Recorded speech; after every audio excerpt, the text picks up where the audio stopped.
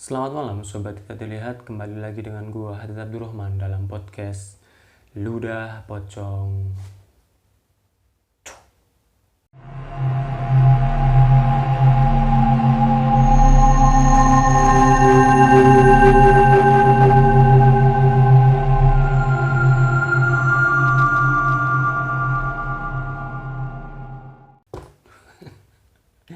Oke, jumpa lagi dengan gua di sini sendiri ya, nggak ada Gilang karena memang ini di sesi record yang kebetulan emang jatahnya gua record sendiri.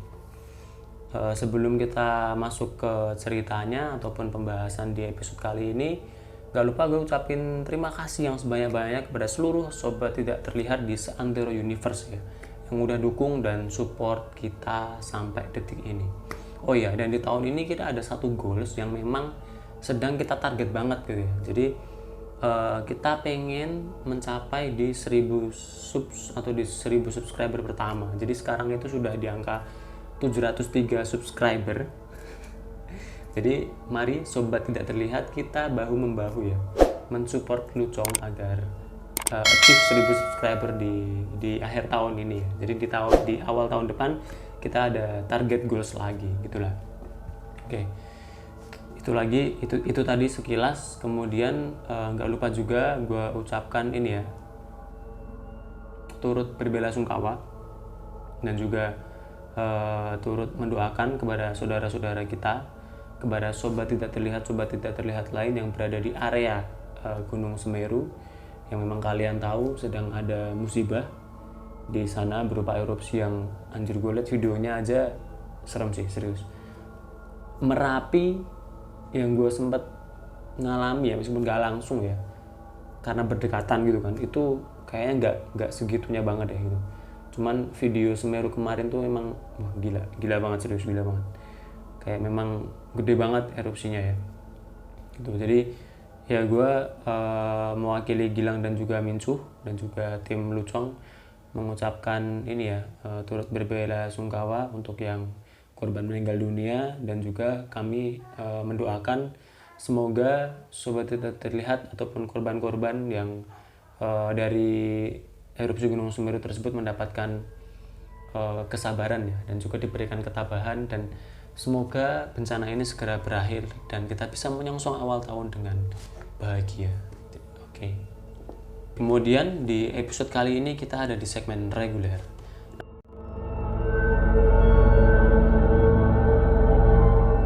Namun reguler ini bukan cerita dari gua sendiri ya. Jadi di episode kali ini khusus karena ini kan memang baru hangat-hangatnya ya berita tentang Semeru. Gue jadi keinget sebuah kisah yang dulu sempat terjadi di tahun kisaran 2018. Di situ ada seorang bapak-bapak atau seorang suami lah ya, yang tiba-tiba menghilang. Tapi ini bukan di Gunung Semeru ya, namun kejadiannya di Gunung Merapi. Nah, oke, bagaimana ceritanya? Oke, kita sekarang akan masuk ke cerita.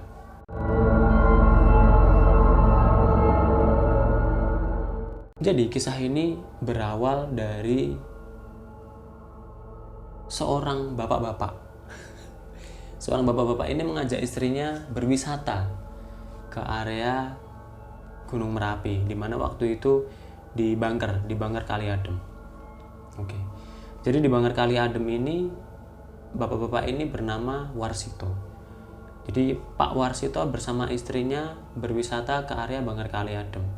Jadi mereka tiba di sana itu kisaran hitung aja dari menjelang siang, ya kan?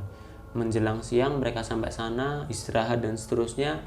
Kemudian mereka ya seperti layaknya orang-orang berwisata, berfoto-foto, melihat situasi sekitar dan seterusnya, begitu kan. Nah, namun kemudian si Pak Warsito ini menyampaikan kepada istrinya, "Bu, aku ingin coba main kayak ini dong, aku ingin coba mengunjungi ke bunkernya." Gitu. Jadi sebelumnya mereka ini memang belum ke bunker, namun hanya ada di area di situ. Kan di situ ada juga batu alien dan ada banyak wisata kan di situ. Nah, ketika sampai di bunker tuh istrinya kurang lebih sudah merasa kelelahan. Jadi ketika istrinya kelelahan, dia cuma menunggu di warung yang ada di area wisata Bangker Kali Adem tersebut. Dan suaminya ini langsung setelah berkomunikasi dengan istrinya, ia langsung pergi ke Bangker Kali Adem tersebut.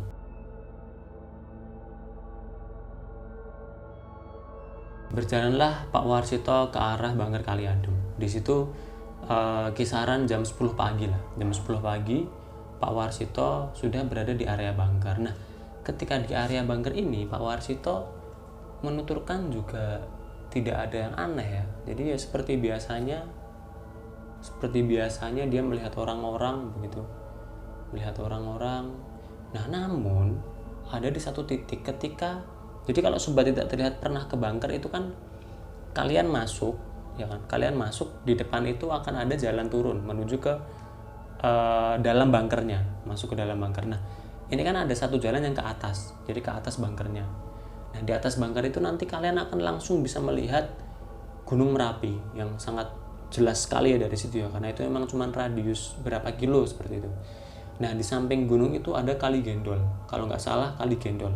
Kali Gendol ini adalah sungai utama yang mengalirkan lahar dingin ya dari Gunung Merapi menuju ke arah laut gitulah ya bisa dibilang, atau ke arah alirannya seperti itu. Nah, ketika Pak Warsito ini habis dari dalam, dia sudah melihat-lihat dalam Bangker cuma kayak gitu doang sih. Cuman kan di situ ada tragedi yang dimana ada yang meninggal 3 orang gitu kan. Oke, dan di situ setelah selesai dia keluar, dia naik ke atas. Nah, ketika dia ada di atas, ada sebuah keanehan. Ketika dia melangkah menuju Gunung Merapi, jadi dia tuh gambarannya seperti terpukau gitu, seperti terkesima dengan keindahan Gunung Merapi. Tapi emang di situ keren banget serius. Buat sobat terlihat yang belum pernah ke situ, silahkan ke situ dan semoga hilang. Kagak ya, jadi jangan sampai kalian hilang di situ ya. Yang jelas kalau belum pernah ke situ ya main aja ke situ karena emang pemandangannya sangat keren banget. Jadi Pak Warsito ke atas, tanpa sadar dia itu seperti terpanggil, dalam artian dia berjalan menuju ke arah Merapi.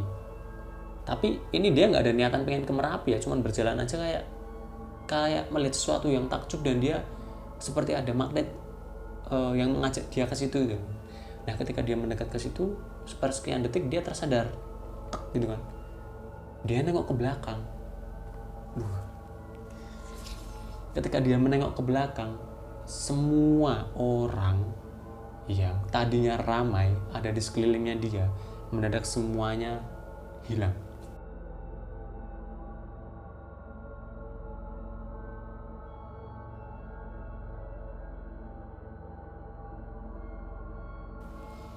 Anjir. Jadi yang awalnya sangat ramai tiba-tiba itu hilang, nggak ada satu orang pun kecuali Pak Warsito ini. Oke. Nah, di saat itu dia mulai kebingungan, ya. Kemana nih orang-orang gitu. Nah, setelah itu dia melihat kembali ke Gunung Merapi dan cut, gue potong dulu ceritanya, kita beralih ke ibunya atau ke istrinya. Nah, jadi waktu itu sudah jam 10 pagi, suaminya pergi ke Bangker kan, istrinya ditunggu kok nggak balik-balik, setengah 11, jam 11 gitu kan, jam 11, jam 12, jam 1 nggak balik-balik ini Pak Warsito ini. Nah, istrinya ini mulai gelisah, mulai takut lah, ini kenapa ini kok nggak balik-balik gitu kan.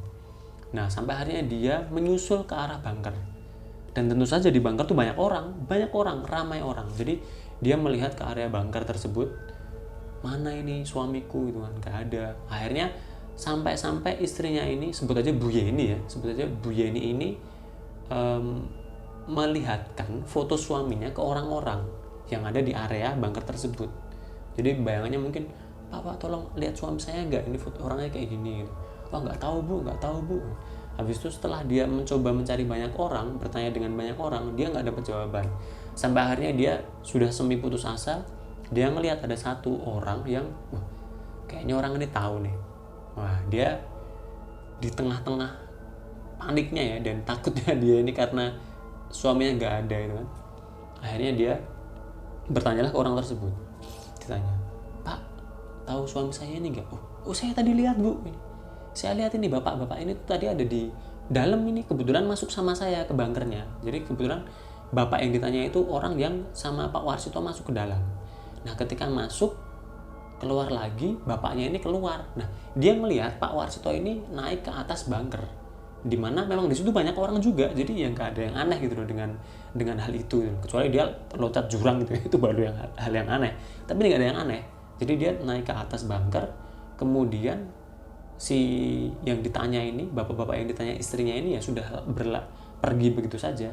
Tapi dia melihat Pak Warsito ini berjalan menuju ke arah utara atau ke arah Merapi. Jadi kan bayangkan Merapi itu di sini, ini bunkernya, ke arah sana itu ke arah utara. Ya bayangannya si bapak-bapak ini paling itu cuma mau foto-foto gitu.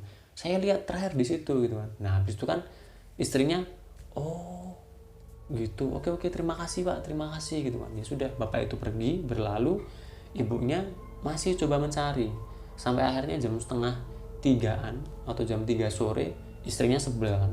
Akhirnya dia pulang.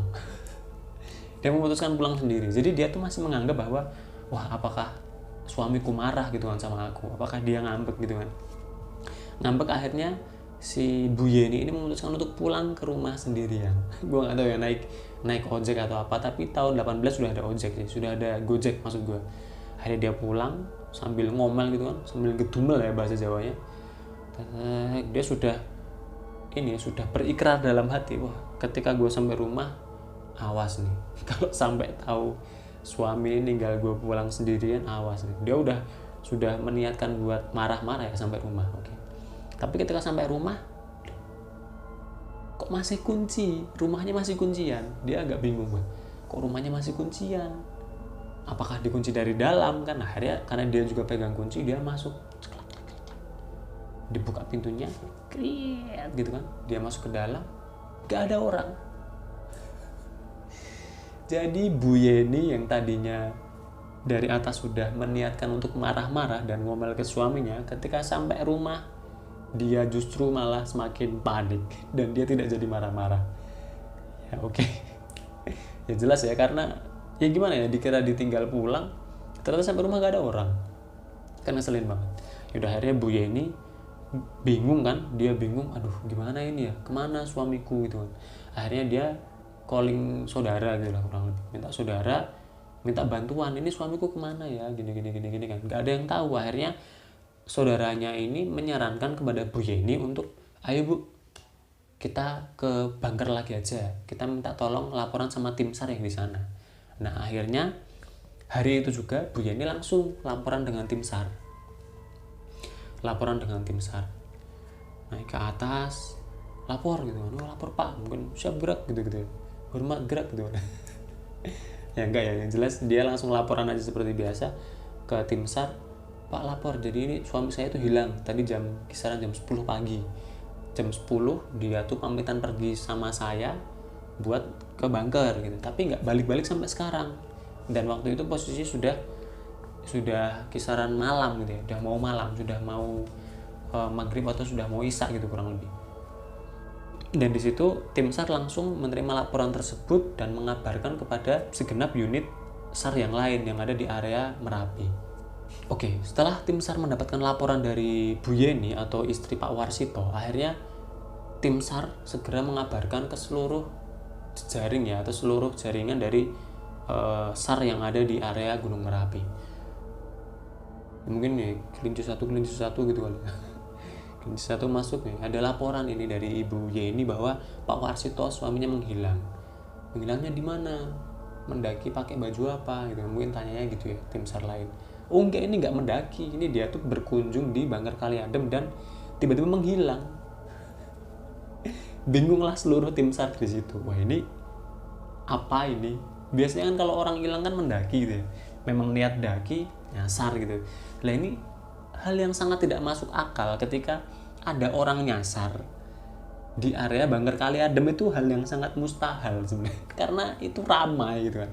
Jadi tim SAR waktu itu sangat kebingungan, ini gimana, maksudnya gimana, apakah ibu ini memberikan laporan palsu? Bahkan sempat ada yang berpikir seperti itu. Namun karena mereka memang profesional kan, akhirnya coba di track dan di hari Kamis itu dimulailah membentuk tim pencarian, yaitu pencarian Bapak Warsito.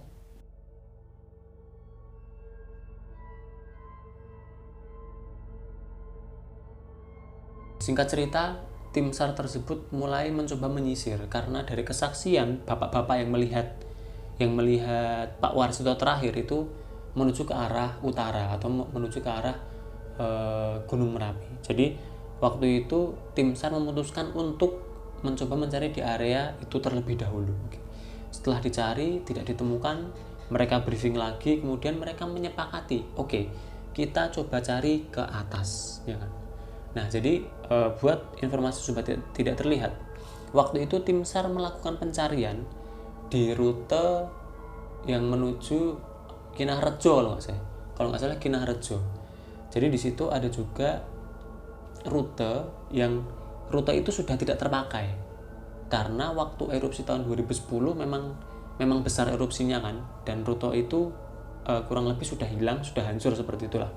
Namun karena sudah terselang 8 tahun ya rute yang hancur itu sudah tumbuh lebat oleh tanaman-tanaman lagi. Namun rute itu sudah tidak pernah dipakai karena rata pendakian Merapi untuk sekarang lewat dari Selo, dari arah Boyolali atau dari arah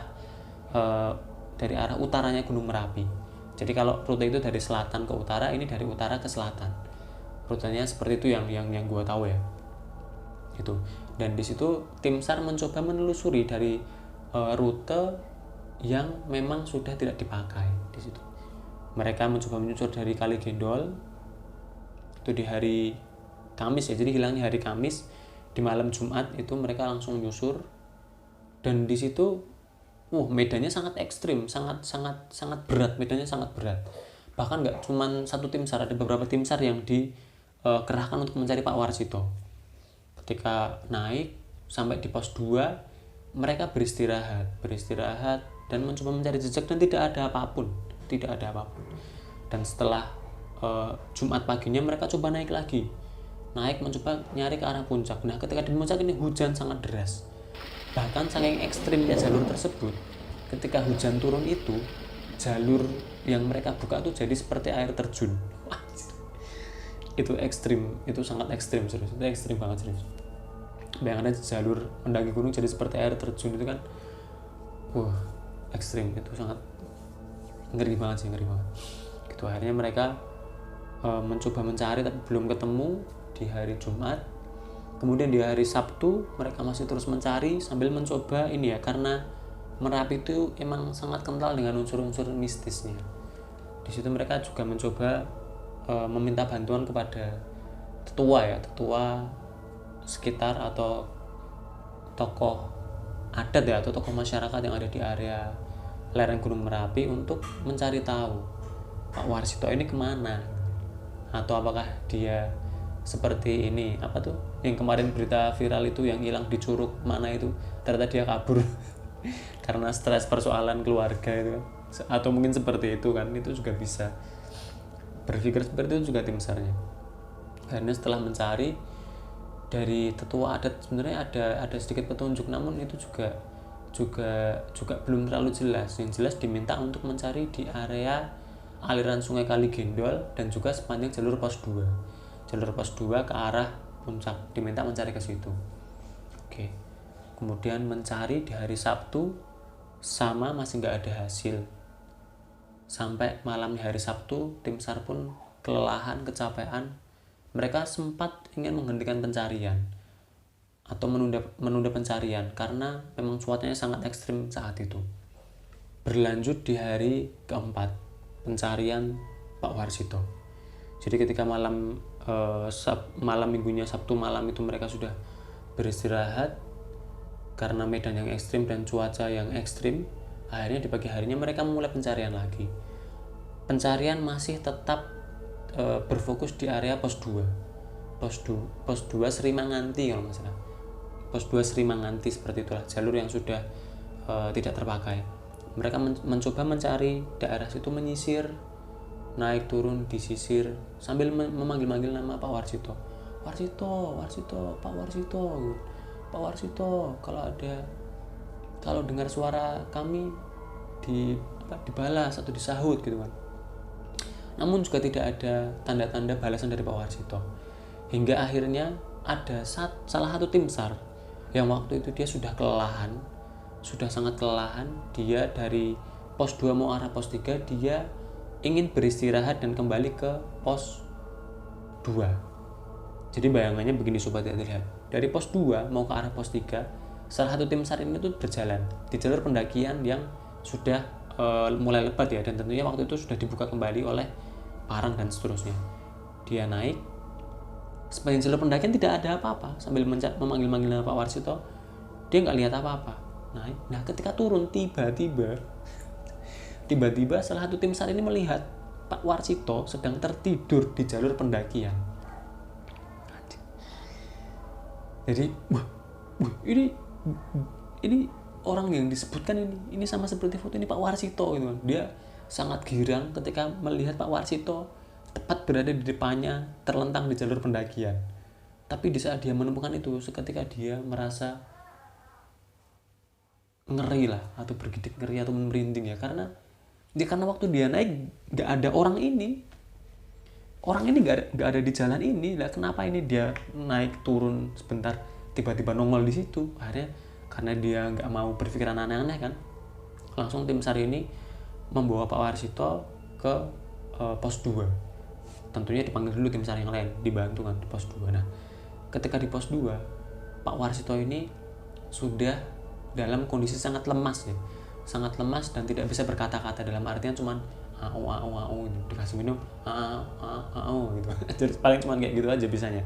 Akhirnya di hari Minggu itu mereka bermalam lah di pos 2 Sri Mangati tersebut.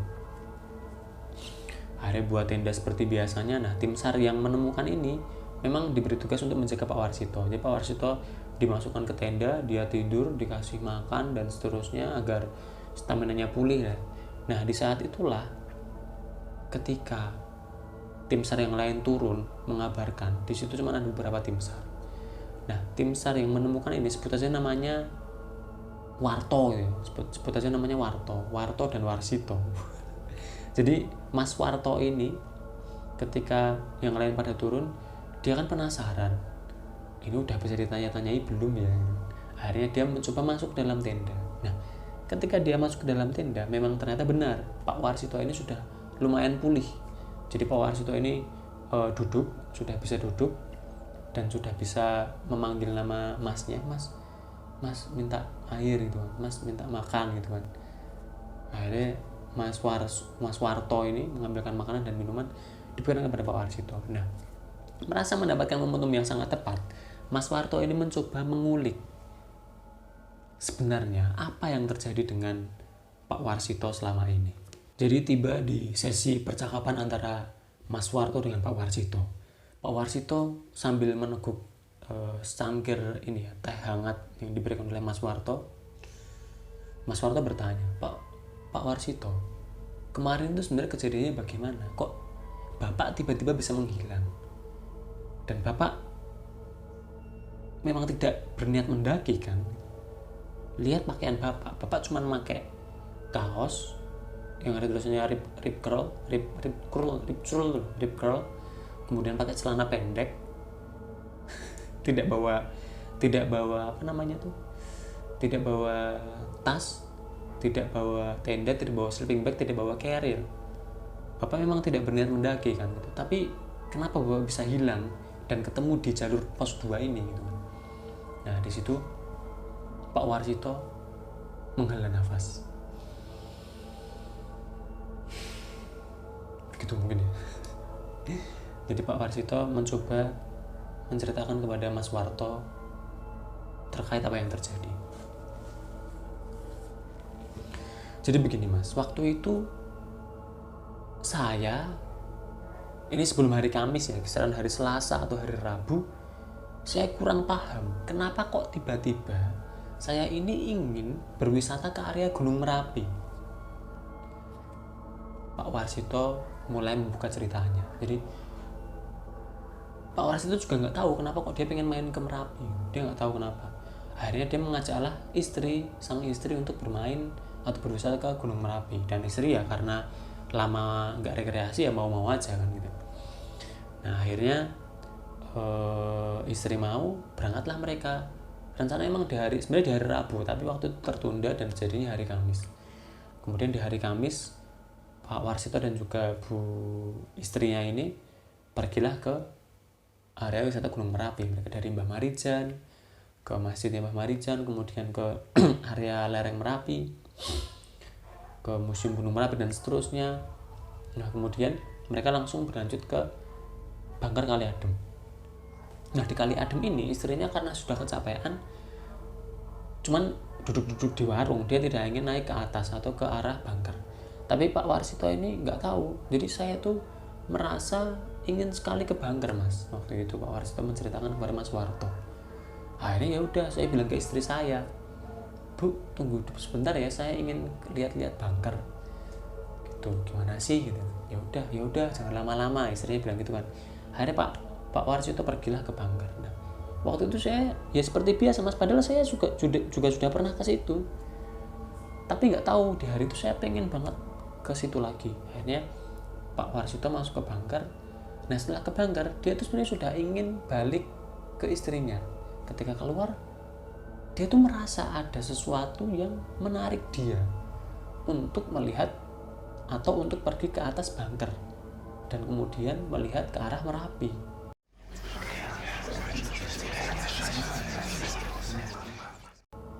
Begitu Pak Warsito menceritakan seperti demikian. Di saat itu Pak Warsito ke atas Bangker, masih ramai. Waktu itu sekeliling masih banyak orang berfoto-foto, berselfie ria dan seterusnya, masih banyak Mas gitu. Pak Warsito menceritakan seperti itu.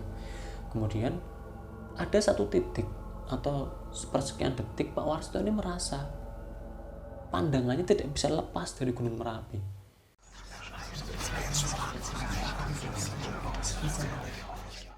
Dia melihat Gunung Merapi dengan lamat, dengan seksama. Dia merasa terpukau dan terkesima. Akhirnya tanpa sadar dia melangkahkan kakinya ke arah Gunung Merapi. Nah, di saat itulah saya hilang.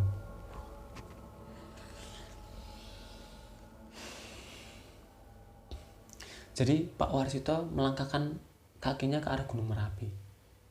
1 langkah, 2 langkah, 3 langkah, 4 langkah, sekian langkah, dia baru tersadar, kenapa aku berjalan ke arah Merapi?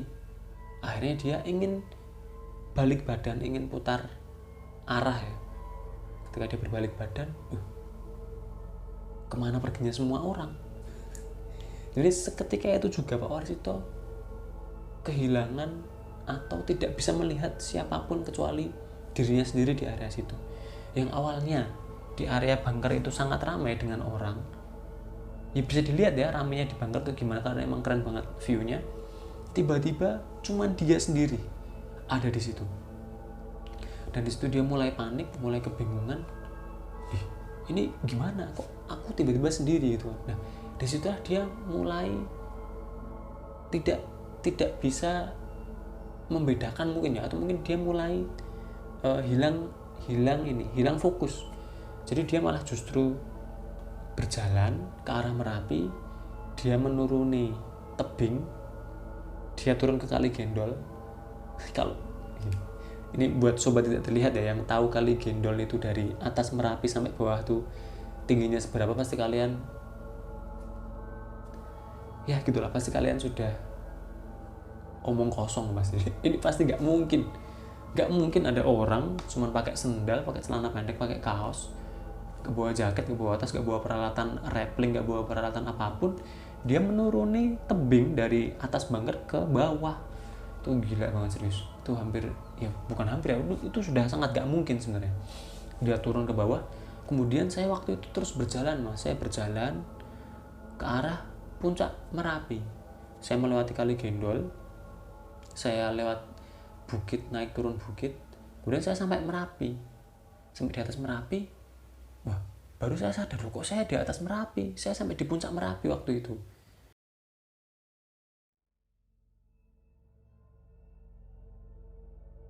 Jadi saya sampai di puncak Merapi waktu itu. Nah ketika saya sampai di puncak, saya kebingungan, kenapa saya di sini gitu kan. Akhirnya saya ingin turun. Jadi waktu itu saya ini mas, saya tuh sampai sini jam 10, saya sampai di puncak Merapi itu jam 4 sore. Jam 4 sore, jadi kisaran berapa jam itu? Jadi jam 10, 11, 12, 1, 2, 3, 4, 6 jam. 6 jam dia berjalan, naik jurang, turun jurang, naik lembah, bukit dan seterusnya sampai ke puncak Merapi. Dia kaget jam 4 sore di puncak, dia turun. Ketika dia turun, dia bingung, ini turun kemana? Dia nggak tahu arah, turun dan seterusnya. Nah tiba-tiba hujan. Nah ketika hujan deras itu dia kebingungan. Wah, aduh di mana ini hujan kan? Dia panik, gak bawa tenda, gak bawa apa, dia takut kedinginan. Dia berinisiatif naik ke puncak Merapi lagi.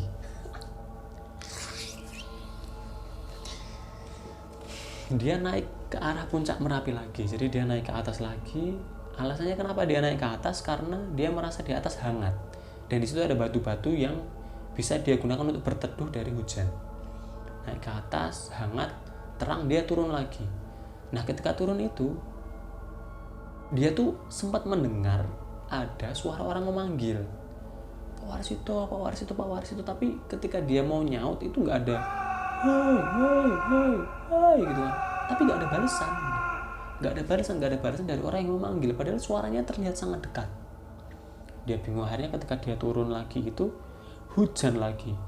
Dia sudah kelaparan, kedinginan, basah. Dia bingung. Akhirnya di situ dia cuma bertahan minum air hujan dan juga makan kembang.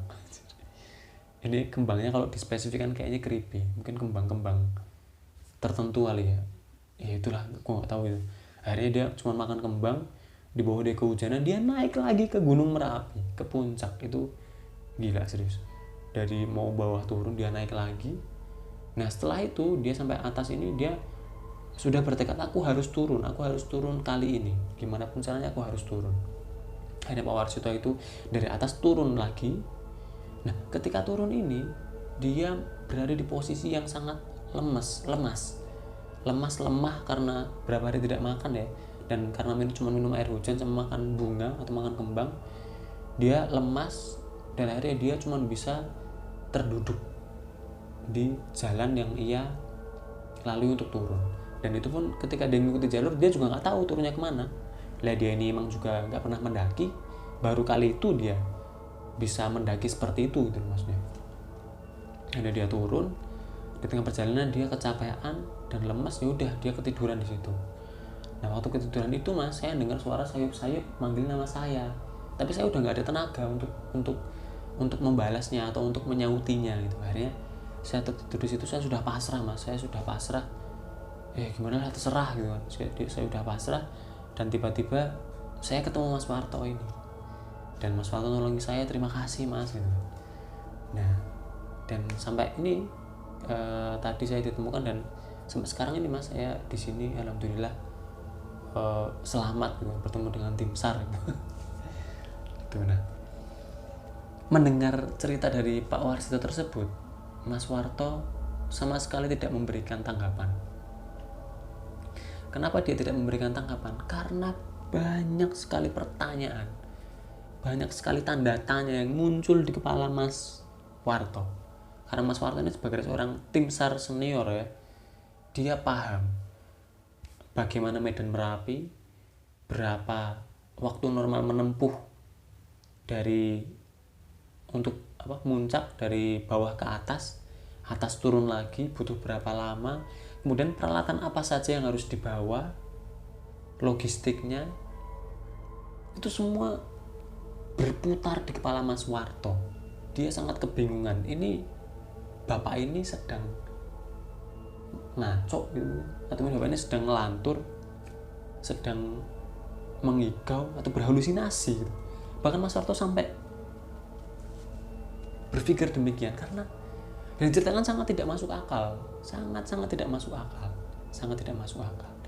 Nah akhirnya Mas Warto mencoba menerima semua cerita itu dulu. Coba gue terima dulu. Nah akhirnya sampai di pagi harinya, kisaran di hari Senin ya, saatnya evakuasi Pak Warsito. Nah Pak Warsito ini meskipun sudah bisa duduk, tapi dia belum bisa berjalan karena saking lemesnya. Nah di situ karena medannya saking ekstrimnya, untuk mengevakuasi Pak Warsito ini dibutuhkan kisaran 80 kalau nggak 60, kisaran 80 tim SAR yang bahu-membahu dari pos 2 sampai ke posko pencarian utama ya, itu butuh 80 orang untuk mengevakuasi seorang Pak Warsito. Anjir. Keren. Pak Warsito memang waduh anjir, tapi parah banget sih itu. Serius. Ngeri banget. Jadi butuh 80 orang untuk mengevakuasi. Jadi itu bayangannya estafet gitu ya. Pak Warsito dibopong dari atas ke bawah sampai di situ. Nah, ketika sampai di posko utama, istrinya sudah dengan sangat haru ya datang, wah suamiku gitu, istriku gitu mungkin ya, dipeluk, kamu kemana aja gitu mungkin, kenapa kamu pergi gini. Ya Pak Warsito ya cuma bisa terdiam, ini ya nggak tahu lah aku aja tiba-tiba sampai puncak, turun naik lagi gitu kan, bayangannya seperti itu. Namun istrinya ya sudah cepat pulang, udah kita yang penting dirimu sehat, kita segera pulang gitu. Dan akhirnya waktu itu Pak Warsito dibawa ke rumah sakit dulu karena untuk cek dan seterusnya gitu kan. Nah setelah pulang, Pak Warsito pulang dan cerita ini selesai. Oke, demikian tadi ya Sobat Tidak Terlihat, cerita dari Pak Warsito yang tiba-tiba menghilang di bunker Kali Adem Gunung Merapi. Dan di akhir cerita ini gue pengen nambahin beberapa informasi ya. Jadi seperti ini, waktu kejadian itu gue langsung coba cari-cari informasi ya dari internet, ada juga dari, waktu itu kebetulan gue masih di Jogja ya, tahun 18, ada beberapa kenalan di tim SAR. Dia waktu itu tim SAR di area Turi, cuman ikut andil dalam pencarian tersebut. Jadi waktu pencarian Pak Warsito itu, kalau kata, ini bukan teman sih, kenalan dari teman gue yang tim SAR orang Turi ini. Dia menuturkan bahwa ketika ditanya oleh orang pintar, memang itu tidak masuk akal. Jadi orang pintar itu menuturkan bahwa yang diceritakan Pak Warsito emang benar adanya. Jadi dia itu ketika melangkah beberapa langkah ya, berjalan beberapa langkah di atas bunker itu, dia sebenarnya sudah berpindah alam, sudah bukan di alam manusia lagi waktu itu, berpindah alam, makanya nggak ada orang sama sekali. Dan disitulah dia dituntun untuk ke Merapi, naik turun, dan itu pun juga sangat tidak masuk akal karena Mas Warto ini juga memahami dari pos 2 itu menuju ke puncak Merapi itu kondisi sekarang tuh ada 2 bukit yang harus dilewati kalau ingin sampai puncak. Dan itu itu sangat mustahil bisa dilakukan oleh seseorang yang tidak pernah ada pengalaman mendaki, tidak bawa peralatan apapun, tidak bawa logistik, tidak bawa bekal. Itu sangat mustahil bisa melewati bukit itu. Bahkan tim SAR saja yang beberapa orang bahu-membahu itu sangat kesulitan. Yang sudah bawa bekal, bawa tali, bawa peralatan apapun, itu sangat kesulitan dan memutuskan untuk turun, tidak berani naik lagi sampai ke puncak.